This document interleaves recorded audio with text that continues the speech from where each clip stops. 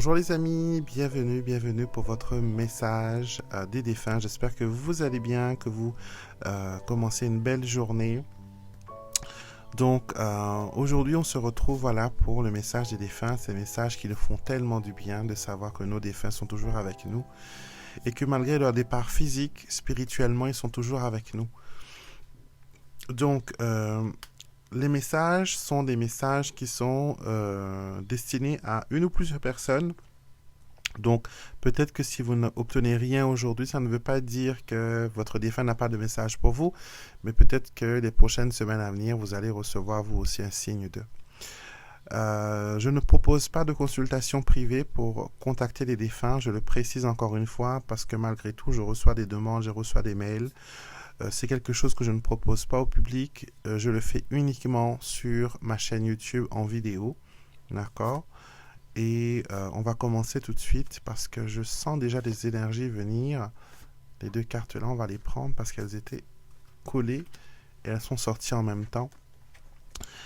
Et ce que je sens aujourd'hui, les âmes qui veulent nous contacter sont des personnes qui sont parties sans explication. Peut-être ce sont des personnes que l'on a connues pendant un moment, lors d'une fête, lors d'une réception ou des choses comme ça. Et on ne les a plus jamais revues. Et la fois qu'on les a revues, ils étaient décédés. C'était pour leur enterrement, c'était pour leur départ vers le paradis, vers l'autre vie.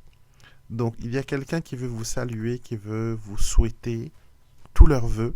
Donc je ne sais pas qu'est-ce qui se prépare pour vous. Est-ce que vous avez une fête, est-ce que vous allez vous marier, est-ce qu'il y a un enfant qui va naître, mais en tout cas, il me donne l'envie de vous féliciter, de vous dire qu'ils se réjouissent de votre bonheur, ils se réjouissent de la personne que vous êtes devenue, et pour tout le courage que vous avez montré jusqu'à maintenant.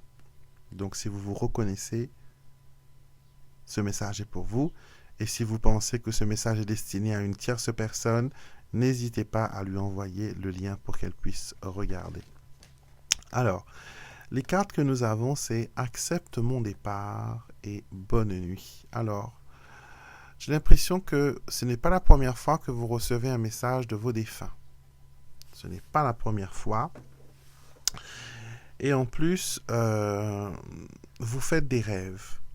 Vous faites des rêves où vous voyez vos défunts, mais il y a comme une sorte de séparation entre vous et les défunts où vous ne pouvez pas, vous essayez de crier, de les appeler, mais il y a une distance entre vous et votre défunt. Vous avez l'impression que c'est pas possible pour vous d'avoir une communication car ils ne vous entendent pas, car ils ne peuvent pas vous voir.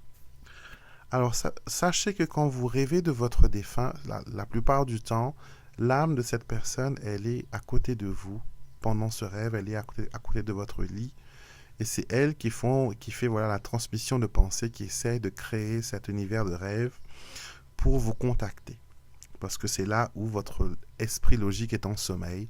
Et c'est beaucoup plus facile pour les défunts ainsi que les anges de vous contacter à travers les rêves, les songes. Et on me montre ici que il y a eu un départ brutal, un départ inespéré. J'ai l'impression que c'est une personne jeune, une personne qui avait encore du temps devant elle, qui avait de la vie devant elle.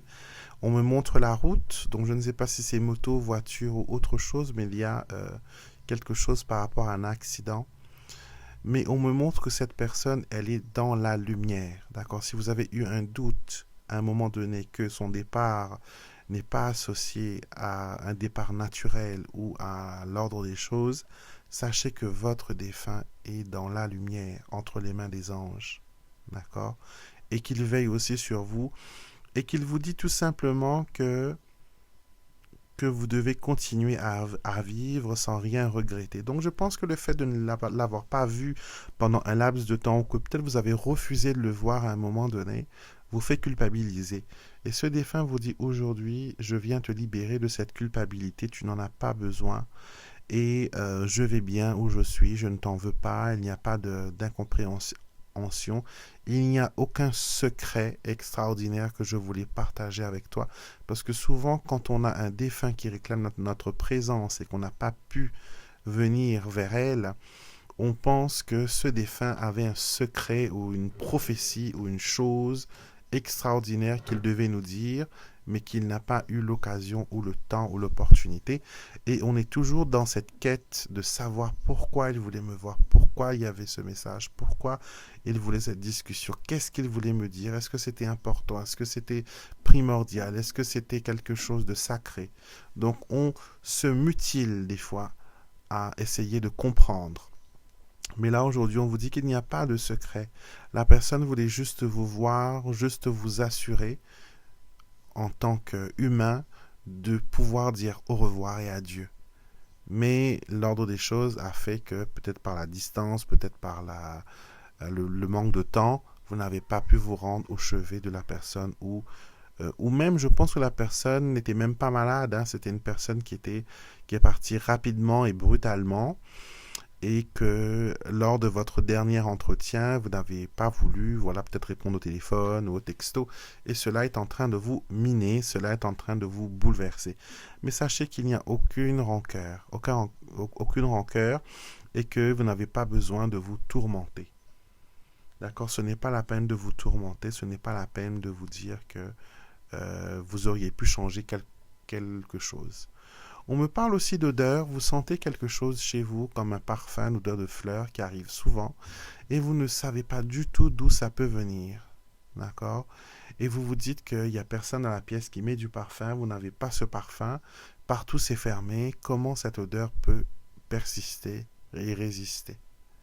Cette odeur qu'on vous envoie, c'est un signe olfactif, on va dire, qui est envoyé par vos défunts pour vous faire sentir qu'ils sont là, qu'ils sont présents dans votre vie et qu'ils veulent que vous soyez au courant de leur passage. Donc c'est une petite carte de visite qu'ils laissent pour dire que on est ici, on pense à toi, on est là. Et on me parle aussi de pissenlit. Donc je ne sais pas si vous avez fait un vœu avec des pissenlits ou il y a un souvenir qui est rattaché au pissenlit. C'est un message que votre défunt veut aussi que vous entendiez. Et on vous dit que les présences que vous sentez la nuit des fois sont vraiment des visitations de vos défunts. D'accord? Vos défunts qui veulent vous faire sentir qu'ils sont là, qu'ils vous écoutent, qu'ils vous entendent et qu'ils essayent de capter votre attention aussi des fois. Mais il ne faut pas avoir peur, hein, vous n'êtes pas hanté, vous n'avez pas été, voilà, vous n'êtes pas sous emprise de quelques énergies, quoi que ce soit. Mais tout simplement, on veut vous faire comprendre que il y a, comment dire, il y a des visites assez fréquentes. Donc peut-être que vous avez un enfant qui se réveille à une heure précise de la nuit ou qui a des terreurs nocturnes ou qui est somnambule. Sachez que ça a un lien avec la médiumnité mais aussi avec la visite d'un défunt.